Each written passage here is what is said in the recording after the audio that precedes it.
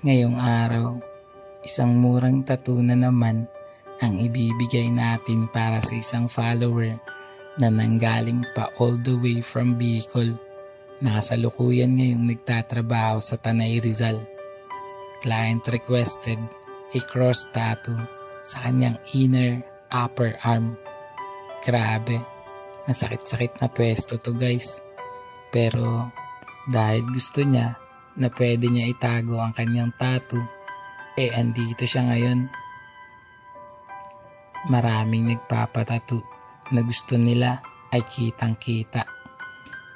Yung pwede nila i-display at gamitin na pamporma ang mga borda sa kanila. Pero meron din namang kagaya nito ni boss na low-key lang at medyo pansarili lang talaga. Para sa kanya kasi, mayroon itong malalim na kahulugan na gusto niya lang ipalagay para maging paalala sa kanya sa tuwing mayroon siya pinagdadaanan. Sa buhay natin, kailangan talaga na mayroon bagay na magpapalakas at magmamotivate sa atin na maging matatag. Di tayo sigurado kung ano-ano ang mga problemang parating. Pero nasisiguro akong kakayanin natin yan lahat. Malalagpasan. Basta harapin lang natin. Huwag sumuko at magtiwala sa Diyos. Di naman natin yan kaya mag-isa. Ako, palagi kong iniisip na balang araw magiging kwento na lang ako. Pero sana, pag dumating ang oras na yun, ay magsilbing inspirasyon sa iba ang mga bagay na nagawa ko at mga alaalang may iwan ko.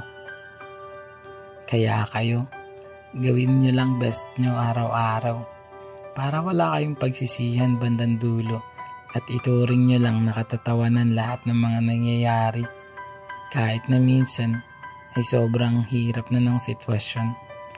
Tiwala lang at faith. Kaya natin yan. Alam ko, ang haba nitong kwento para sa simpleng tattoo. Pero,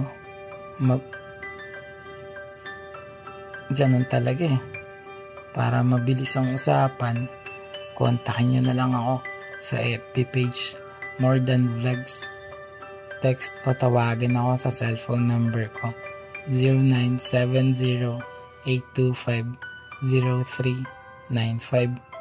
Bago matapos tong video, panoorin at alamin natin ang tattoo client review. Boss, tapos na yung tattoo natin. Anong masasabi mo? Ayos. Yun o. Rate mo boss, 1 to 10. 11. Ulit ka pa ba boss? Kanina may sinasabi ka na may pupunuin tayo Totoo ba yan? Oo, uulit pa ako. Saan ka pa nga galing boss? Sampaloc, Tanay Rizal. Probinsya mo boss? From Bicol. Bicol pa yan si Bossing. Salamat boss sa tiwala. Thank you.